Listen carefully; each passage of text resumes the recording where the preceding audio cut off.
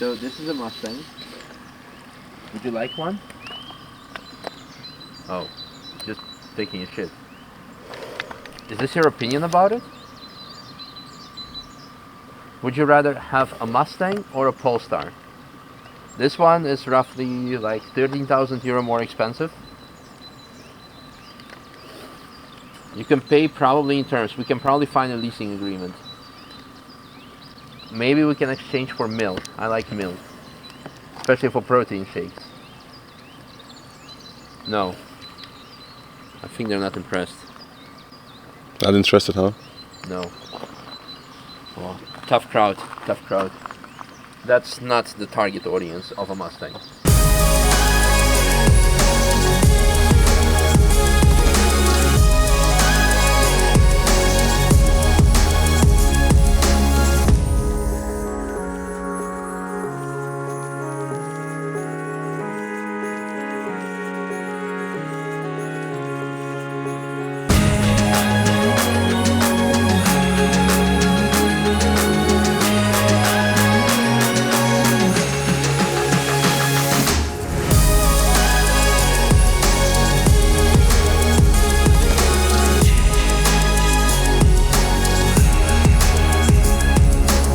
Good morning, Carmrades. Welcome back to the channel. Welcome back to not too far away from the Nürburgring. Welcome to a video where we will be talking about the Ford Mustang Mach E.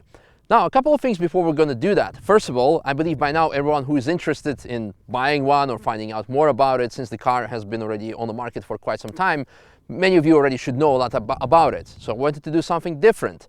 Ford didn't allow me to go up with it on the Nürburgring, something what we do most often, so we need to do something else different. So then I asked them if it would be okay if I would compare it to the Polestar 2, a car that I have from Polestar for a year in total, and by now almost half a year that I drove almost 10,000 kilometers with it. And I also asked Polestar if it would be okay if I could compare their car to this car. And both brands said, please go ahead, because we want an honest, unbiased opinion. But I want you to know that I had Polestar for quite a long time, whereas in this case, Mach E, I had literally for a week, but it stood still, biting dust for 6 days up until today, and the car will be picked up in 1 hour. So we had to rush and do a couple of things, so it's a bit hectic, but I think it's interesting to tell you this perspective of me knowing what I love and like less about the Polestar versus my first impression of this car, and knowing like to have a bit of a benchmark. So I guess let's get started. We'll walk around the features. Let's see if we're gonna have time about driving the car, but we definitely should have for some nice B-rolls of the footage, etc. So this particular Mustang Mach E is an all-wheel drive version with extra big battery and 97.8 kilowatts, I believe, good for roughly 580 kilometers range on paper. Actually numbers, we'll talk about them later. First of all, let's talk about the styling. When it comes to this car, for me personally, it doesn't matter. If you want to buy this car, you need to either like it or hate it. Doesn't matter what I think about it. I think personally in black it looks kind of meh, but in the nice blue or the orange colors that Ford is offering, it looks great. When we look at the wheels, it's kind of meh. The brakes are good, and all the Mustangs, they come standardly equipped with these big, relatively big size calipers, whereas with a Polestar you need to opt for a performance pack where you get a big brake caliper from Brembo. Now, next thing that I actually like here is this charging pod, or the like where you plug in your plug to charge up your car, obviously. The thing is, I realized with Polestar 2 you have it on the back there, and whenever you want to charge the car, you actually end up parking it in reverse. So you would have the charger behind you, plug it in here, walk around the cable, scan your card, walk back, and sit in the car, for example. Whereas here, you park it straight towards it, you'd have the thing here, plug it in, and then it's kind of more convenient. More manufacturers have it also on the front. When you think Taycan, Audi RS, e-tron GT, etc. Then in addition, you have also the, this ring here slash light slash indicator that shows how much of a charge it has. So for example, with the Polestar, I find myself, I either need to look on my phone, which takes a bit of time to load up the app, or I need to open the door and see like how many percent are we charged up. Whereas here you can have more or less a nice indicator. And if you're using the fast charger, here you have this just like this what's it called, this door for the additional CC2 charger that you just open and close. And with the Polestar, it's more of a thing that you pull out and kind of hanging loose can scratch your paint and whatnot. You need to hang it a bit there. So this is actually, I like it more here on this car. Now, moving on, the very interesting way of how to enter the car is you have here this button. You press it, the door goes open. The earlier videos that I've seen from other journalists, they did not have this handle. I believe they put it on later, and for which they had some additional, needed to get additional approval from like the pedestrian safety, etc. So it came on, which is good, because if it's only without it, it lets me know that the key is outside and the ignition is still on. We'll get back to that point in a bit. If you don't have the handle, like you don't have it on the rear door, you need to grab the door here and open and to close it. The issue that I have here, except for the fact that it's kind of inconvenient, who is getting in the rear most often? Kids, or your friend who's not allowed to sit on the front seat. And kids might be awkward, and his brother or sister might slam the kid or something while it's holding the door like this. And with the, does it have a soft close? No, it doesn't. But it still can be an awkward situation. So I might be overthinking things, but I just prefer like a traditional door handle where you cannot have the awkwardness of smashing your fingers. Moving on a bit back, something that this component, again, talking from driver's perspective, something from everyday use. Polestar 2 has one of the most beautiful components is actually the frameless mirrors. However, although this mirror is just like basically, I have this plastic here, I found this have a lot better view, especially when you drive the car at night and you want to reverse parking. I found this car have a lot better overview from the mirrors as well from the rear view camera, something we'll get on later on to talk more in detail about. So again, there's like positives and negatives to both cars. And then again, it's also my personal opinion. So some things you might think like, who cares about mirrors? But some for everyday use you might. And later on we're going to be talking about performance driving. You might say, who cares about that? So, but yeah, we do. The rear is quite nice. We don't have any fake exhausts here, like what's it called? Signature Mustang taillights. I like that feature. Yeah, will it? It should do the opening things, but it doesn't. Now it does. So it takes some time, but it did. We have all our camera gear here. So we need to remember for tomorrow when we will be shooting some extra B-roll of the Polestar to put the exactly same camera gear tomorrow in the Polestar, or maybe later on today when we still have daylight, to compare the boot sizes. It looks, I'm not sure if it's kind of similar. We really need to find out how big, if there's actually any difference, but you can put a lot of stuff in there. I mean, if you're really gonna base your purchase on there's a handle, but there's also a button. Convenient. If you don't like modern technology, you can always use a handle. Can we? No. Need to use the button. That's it when it comes to the outside. Aha, one more thing. This one has a wiper. The Polestar doesn't have a rear wiper, so that's actually an extra bonus plus. Now, what else do we have? I think that's pretty much it when it comes to the stuff that we see here. Yeah, let's, I guess, check it on the inside. Now, one thing that is actually quite good, this car, when you get in or get out, we're gonna switch off the headlights now, Adrian, because then the car can be a bit quiet. The seat is moved completely to the back for you, so you have easy access. And then, once you turn the ignition on, in this case off, because ignition was on. In any case, when the ignition is off, the seat is moved completely backwards, you turn the ignition on, and then it goes back to your additional driving position. Makes entering and exiting the car significantly, well, a lot more easier. Now, it is going to go, yeah, okay, now the sound is off, so we can continue talking. A bit more about the interior. And now, first of all, about the driving position. This is the lowest that I can go. We can go higher. How much higher? Quite a lot. I don't need that, because the lowest here is significantly higher than on a Polestar. It could be important for you if you like really the sporty driving position, be as low as possible to the ground, then you might prefer that more.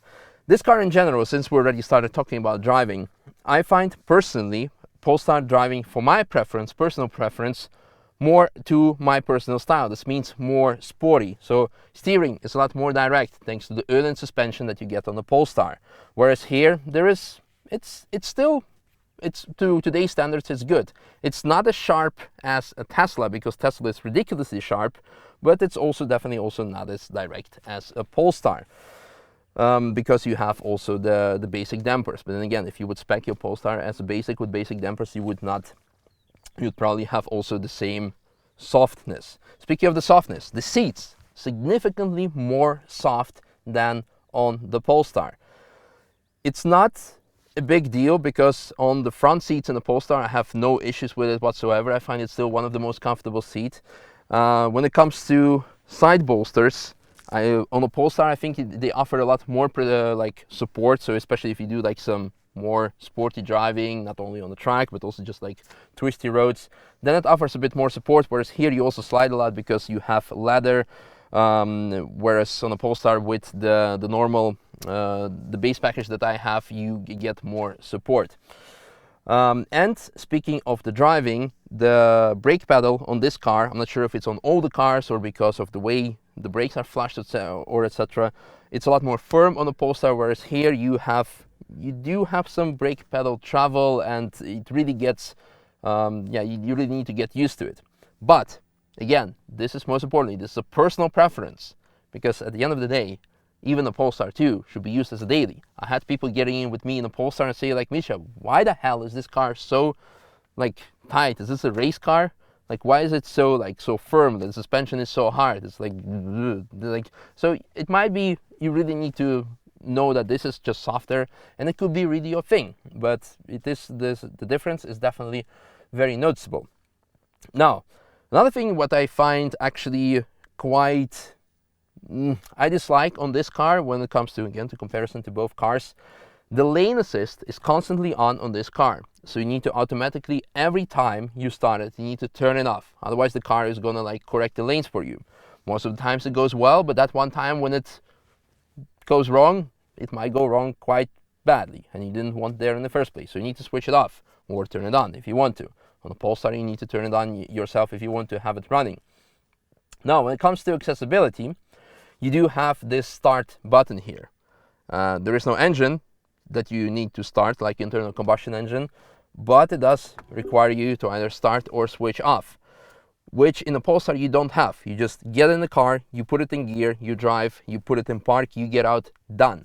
Here I found it quite annoying to an extent when you have, for example, now the ignition is on, it says the driver door is open, yada yada. So suppose I arrived somewhere, I drop it off, I get out of the car, I want to close it. We have here the lock. Can you please? No, it doesn't allow us to close it because it says the ignition is on. And I'm like, but it's parked still, and it's kind of like accessibility, just like a small little thing. Now, the things that I really love about this car is that something that Robert mentioned, and you will see later on in the video that we had a very long talk with him, who also owns a Polestar 2 now since recently. There are a lot of things that you do like. Overall, the interior quality is really premium. You have various different materials. You have good cup holders here that are not as awkward as in the Polestar 2, which is like positioned here, and you want to have your elbow rested there. So, nah. Here they're convenient. Here it's good. But then again, Europeans make quite often jokes about US cars, that the only difference about US cars versus Europeans is that the cup holders are bigger for your king size menu. So cup holders are important in US marked cars. Now, all this is jokes aside, lots of space here, very convenient. And speaking of bigger is better, according to US philosophy, again, European joke, big screen, really, really like it. 10 years ago, we would have all laughed at it. Why the hell you stick an iPad into your car? Nowadays, actually, bigger is better, and it's also more convenient because you can have a very good overlook of what is happening where. You can have various information, and as mentioned previously, the rear view camera for me personally was actually significantly better on this car than it is on the Polestar. In addition, the the extra visibility, just a small nerd detail that you get.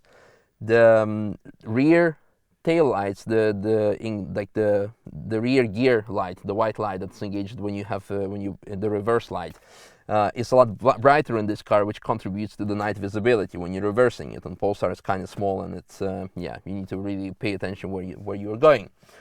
Yeah, the screen is offering lots of information. What I did not really like here, or like let's say where I like on Polestar, is that it works on Android-based software. Here it looks like, I don't know exact name of this, but I guess it's an in-house software that is running. So for example, GPS, where on Polestar you have Google Maps, which you can in the evening at home or from your phone, you can already look where you want to go, and it automatically links to your account and it shows you the destination that you looked up on your phone. It's kind of convenient. Here I realized that actually you cannot look for places, because you can of course connect the car to Android Auto and Apple CarPlay, which can be very convenient, which majority of people will probably end up doing anyway. But we're talking about the base features of the car at this point, because of course you can buy all kinds of things, etc. But you cannot, for example, look up for, I want to go to Nürburgring. It will not find it. You really need to put in the address, and it took quite some time to actually navigate, like to look at the address, to calculate the route. So that was kind of like, not that big fan. But for the rest, actually, many options that are being offered through the screen that we can probably film a complete video on to tell you more about it. So overall, I think the screen-wise and accessibility, they are on par, because although you really need to decide for yourself what you like more, because minimalism of Polestar could be also a big advantage, which definitely suits that interior. But when you say like, hey, I want really tacky gadgety thing, this could be your thing. So I like them both for their own reasons. Not a big fan of the gear selector, this twisty round thing, but yeah, it's there. It does its job. You can select the gear. You also have the low gear if you're doing some off-roading, some hill climbing, or going downhill. Can be convenient, can be nice, and yeah, lots of storage space. The big win over Polestar for this car, don't fall Adrian, we still need you, we need to shoot some B-roll, the car agrees, is the rear seats. Thing that I really don't like in the Polestar 2 are the seats in the rear if you are like an adult. You can drive with it for 1 hour, maybe 1.5, but after that it gets kind of uncomfortable. Here you have lots of leg room, because now the seat is even, I'm not sure if it moved backwards because the thing is, the ignition is on. But even if now it is set to my driving position, and you have lots of leg room and lots of headroom as well. But they're also very soft and comfortable. So that's very good. The final thing, which shouldn't be really a deal breaker to you when you're comparing the two cars, is the front. And you need to pull it twice, just like a BMW. So, car agrees. Do you associate yourself with BMW? I guess. So, the front space is significantly bigger than we can find on the Polestar. But as mentioned, that should not be a deal breaker. One thing, however, when you want to close it,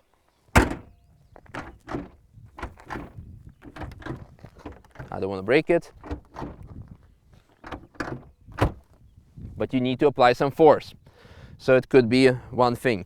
Now, the final thing that should be a deal breaker is you really need to decide what is for you really important when it comes to purchasing a car. Because at the end of the day, we're comparing not necessarily apples to pears, but maybe lemons to oranges. They're both citrus, but they're kind of differences. So, okay, let's not get sidetracked, but those are quite different cars. You need to decide, do you like the sporty handling, or do you like the space more? Do you want to have like a Swedish minimalistic design, or something like plain? Maybe that could be a thing. People want to not actually stand out in the crowd, but just like be on the background, unless you want to put some fancy color on, because then you can be on the front as well. That's a very big difference. But then comes the price. With Polestar, you have the base model, I think around 50,000 euro. The one that we have with all the performance specs and all the safety features and yada yada yada was 62,000 something 100 euros. This car in base is 62,000 euro.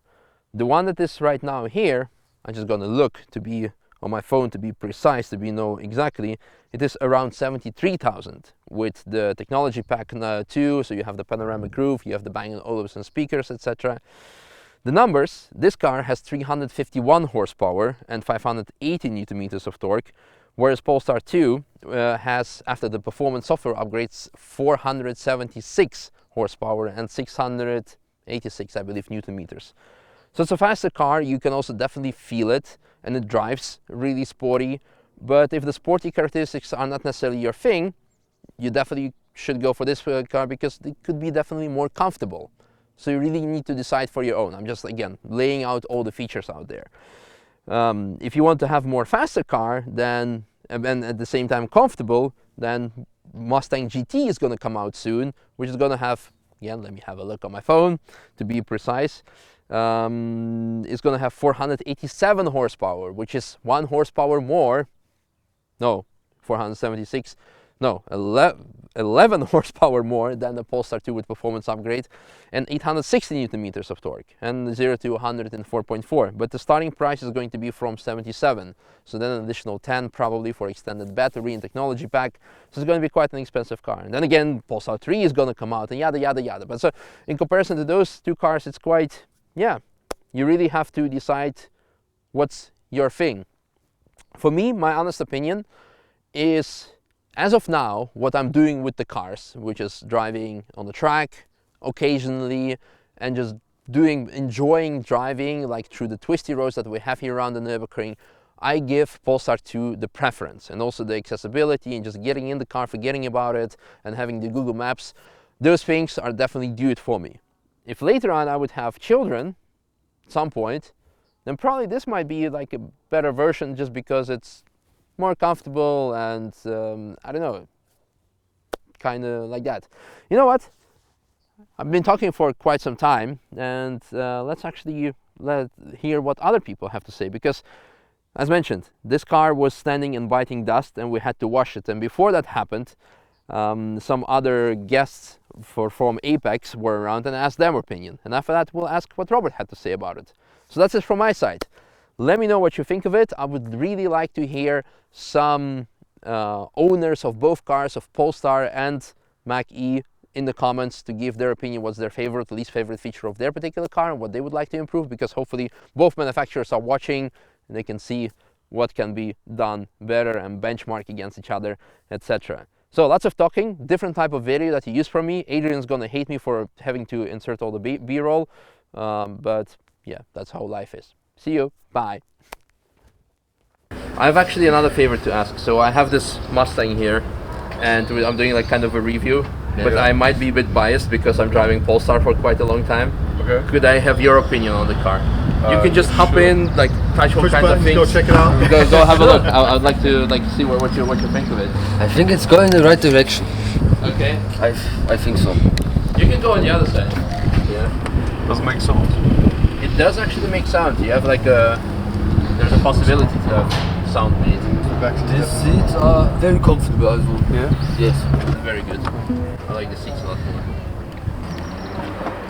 That's a great feature. You push the button and... you like it? Yeah, kind of. Cool. But what are you doing when the key doesn't work or the battery is dead? Good question. For me, my issue is when you have kids and they need to pull the door open, they can snap their fingers because that's why you need to grab. Yeah. But the front, because for example the front does have those hooks here.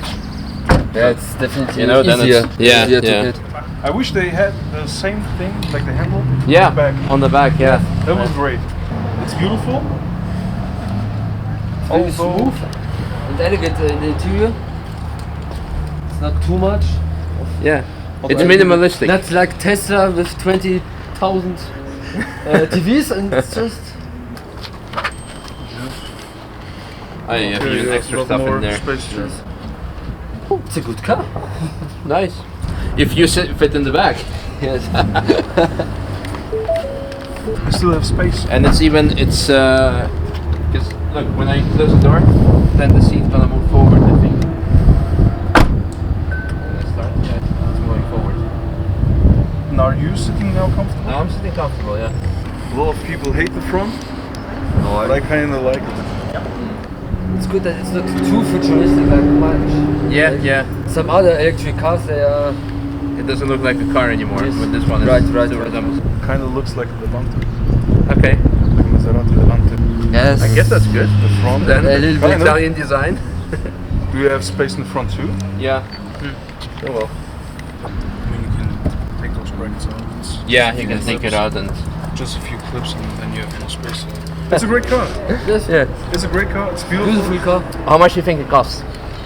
So it has this option has 380 horsepower and the range about 540 kilometers range, 540, 580. 60k. 65, like 55, 65. It starts from 62 with all the options like this car with extended battery and some features on the inside. It's around 75. Thanks for your opinion, much appreciated. So, first impressions. My first impression is that I'm not a huge fan of the outside styling Okay. because it's really funny because on the electric cars I think some people are going entirely too futuristic, Yeah. and then I think on the other hand this is too rounded. Okay. It almost reminds me of like old, what was the Porsche Cayenne, like rounded, Yeah, the first. rounded hood and stuff Yeah. like.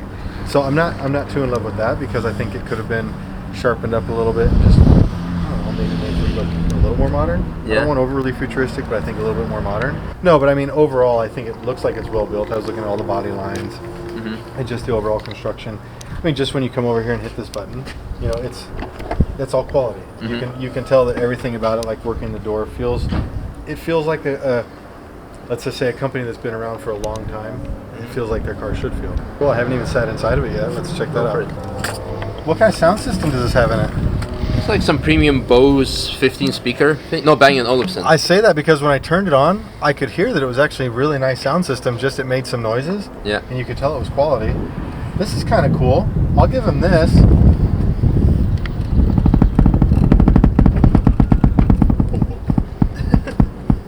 But this is cool how you can see the screen Yeah. through the button. I really do like that. So first impression when I get in here is it's nice. It's clean. I like the big screen. I like the big screen of the Polestar, but this is even bigger. Yep. They have some really cool 3D effects on it, which again I actually kind of like. I like that it has Apple CarPlay. You know, the Polestar doesn't. This isn't too important for you, but the Polestar still doesn't have CarPlay. Okay. And everyone's waiting for that to come out, and this already has it. And I imagine this is going to be wireless Apple CarPlay, whereas the Polestar, when it comes out, you're going to have to plug your cable in. So here's your status Oh, of there the you battery. go. I see 57%, Gets you. 243 kilometers. If that's true, then that means it should have close to 400 kilometer range, which is pretty good. Right. One pedal drive on Yeah. and off. I see. Okay. Yeah, that's actually neat. You know, this is what's kind of cool about when you're getting into electric cars is they've got the ability, you know, to let's bring in something else. 675 LT. When you let off the gas and you're just sitting there, it doesn't roll, but a 720 does. Yeah. You know, and with these electric cars, you can start to program these things because it's all computer. It's not you're not relying on a clutch. You're not relying on anything. It's all computer. So you have this one pedal drive. In my Polestar, I have it set up that when I back up, it brakes. It auto brakes and stops the car, so I don't just let off the gas and I don't pick up my phone and keep rolling backwards thinking that I'm stopped. You know, so there's a lot of little things like that. So you've got the one pedal drive. Oh, you're in untamed mode, of course. That's the wild Mustang. And you have propulsion sound, Yep. so it makes like sort of a V6 Oh, really? sound when Wow. you're driving. Charge, let's see. Status 57. So you've got charge scheduling. So some people have, do you know what that's about? Some people get a night tariff, basically, is what they call it, where you get cheaper energy at night. So you can actually go in and say, don't start charging until 10 p.m. I don't know, didn't see that feature in the Polestar. They do actually. You can Did it? yeah, you can Okay. schedule the charge in the Polestar as well. Yeah, I mean, honestly, it's clean. It's cool. These two guys right here are going to be really what sets it apart in the market. Everyone that owns a Polestar complains about the cup holder situation. That's really unfortunate. They've got a cup holder in here, which is useless because that's kind of where your arm goes. So they're really, you know, it's really nice of them to do that.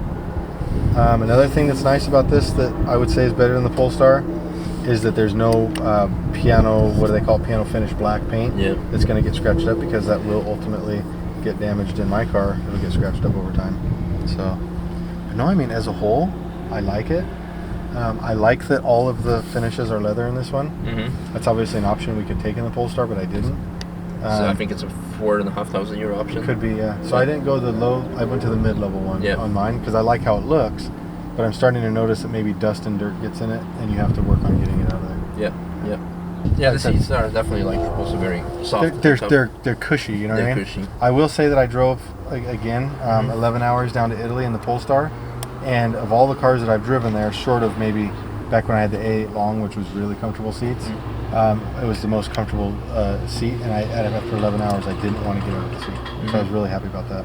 Then let's go look at the trunk real quick, because that's going to be the big family decider, I think. The front is significantly bigger actually. I saw Polestar.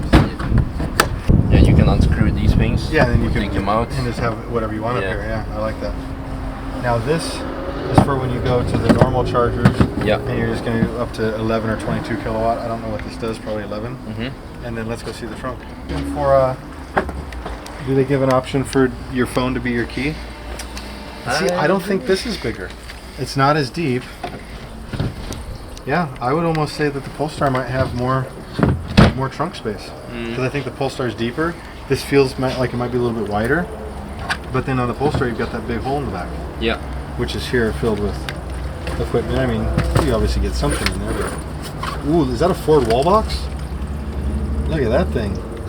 I like it. That's like our juice box that we have. Yep. I think that a small family like 2 kids could go on vacation in this pretty easily. I mean, some people take everything they got with them. They need like my pickup truck as like a support vehicle. Second following vehicle. But I think we travel pretty light, and you could fit everything you need in here. I like it. Good. Thank you for your my expert electric unbiased car driver, unbiased opinion.